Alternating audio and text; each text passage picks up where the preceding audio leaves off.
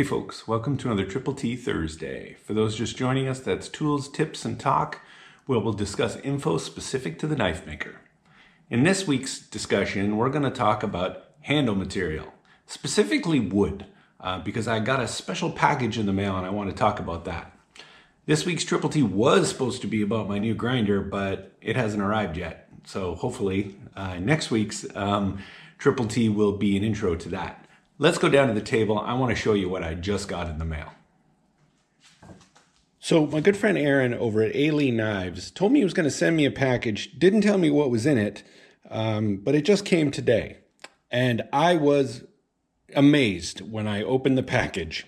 Aaron sent me a whole ton of wood, which is incredible. And if you're a knife maker, you would know when I show you this, the value of what's in here. I was blown away. So Aaron, I can't thank you enough. He said it was because I sent him the Damascus for when we did the Damascus build. There was nothing he needed to send me in return. It was fun doing that challenge with him. But I wanted to go over what was in the box. So there's a couple pieces of tiger maple. This is a huge block. That is just beautiful. There's some Honduran rosewood. I've never used that, but feels pretty nice. Another piece of Honduran rosewood. 2 pieces of ironwood, Sonoran ironwood. You can tell it's ironwood because it weighs a ton. This stuff's really expensive, and I'm really happy to use this. He sent me a couple pieces. He said, this is to encourage you to start stabilizing, helping you spend some of that money. I don't know exactly what this is. I'm guessing it's kind of maybe spalted birch or something like that. Aaron, if you know, let me know what this is, but it's beautiful. I have some spalted tamarind that's kind of like this, but I'm anxious, and yes, I guess I'm going to have to get into stabilizing, which was on my plan already. Probably the most impressive piece in here, he sent me a piece of koa, which is incredible. Koa is really, really valuable. I can't even begin to guess at the cost of this piece of koa, but that is incredible. Thank you, Aaron, so much. If for some crazy reason you're not a subscriber to Aaron's channel at A-Leigh Knives, definitely go check him out. Great guy. One of my really close friends on YouTube and outside of YouTube now. So thank you, Aaron. He sent me so much wood, it made me reconfigure my wood drawer. Let me move the camera a little bit. So just to show you the kind of wood, it kind of becomes an obsession. I've got a bunch of bare woods here, just as in not stabilized. These are just kind of standard woods, not burls or anything like that. I've got African blackwood, which I love. One of my favorite woods. It's just a really dark wood, depending on what you get. Sometimes it's got purples in it. I've got Wenji in here. I've got Chechen. I have some beautiful Cocobolo. I get a lot of my burls from Jarrett Fleming. I'll put a link to his Instagram down there. He does some really, really nice work with a lot of burls. I get all of these burls are from him. I do like maple burls a lot, so you'll notice a lot of those. This kind of purplish one, and I've got a few more on order. So one thing about wood, you can tell I love wood, and I love different colors of wood. I like to have some more exotic greens and blues and purples, and in addition to just the natural colors.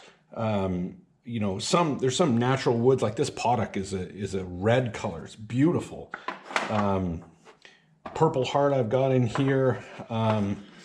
This is a kind of a yellowish wood. This is canary. No, sorry, this is Osage orange. I have canary wood in here somewhere. This is that spalted tamarind. I'm kind of anxious to use this, a big block. I think this one will need to be stabilized, but it's got some cool figuring in it. So lots of different wood here. What is this? Brazilian ebony. It's super solid, almost no pores in it at all. Very solid wood. So the key to wood, you know, and I get this question, or I see this question on Facebook all the time. Do I really need to stabilize it? That depends. First off, what is stabilization? That's when you basically take the wood and put it either in a pressure pot or a vacuum chamber, depending on what you're trying to do. And you're going to impregnate it with resin, or basically epoxy, and you're going to get the epoxy to flow into the pores and kind of into the wood, especially for burls. It's vital. Like, you cannot really do a burl without getting it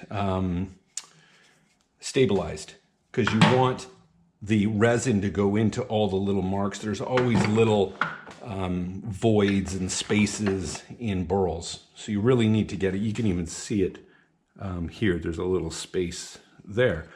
So even after stabilization, sometimes you will get voids. So really important. But for normal wood, some woods you really, you don't have to. Most woods will benefit from being stabilized.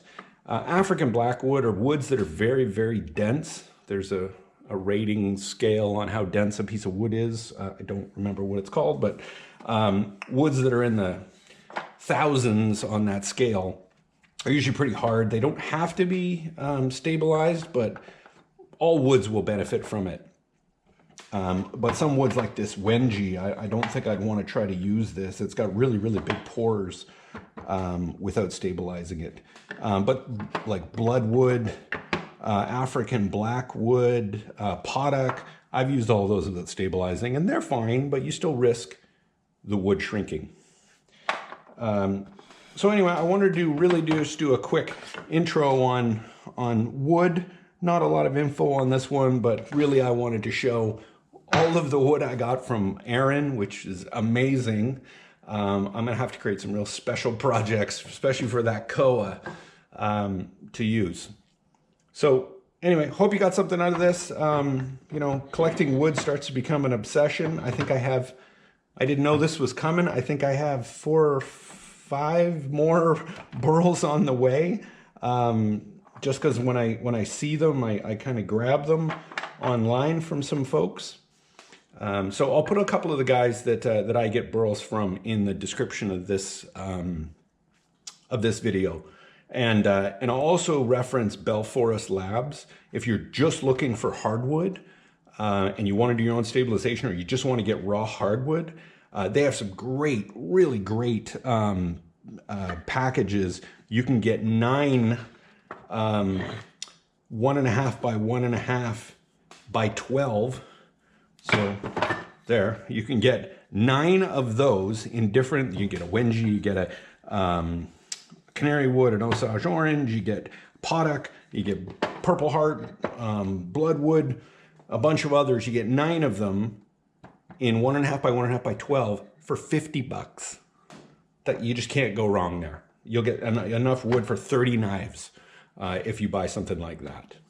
So a good idea. I don't advise just buying raw pieces of wood from the knife maker, the knife making sites. It's fine. It's just too expensive. You'll get smaller blocks than this, and it'll be 3 times the cost than getting it at Bell Forest. So, and I've done a video on getting cheaper handle wood. All right, guys, thanks so much. Look for the build this weekend, the special project build, which is the challenge against Dave at Evader Knives. And next week, the video on, hopefully, the new unboxing of the new grinder. Thanks, folks. We'll talk to you soon.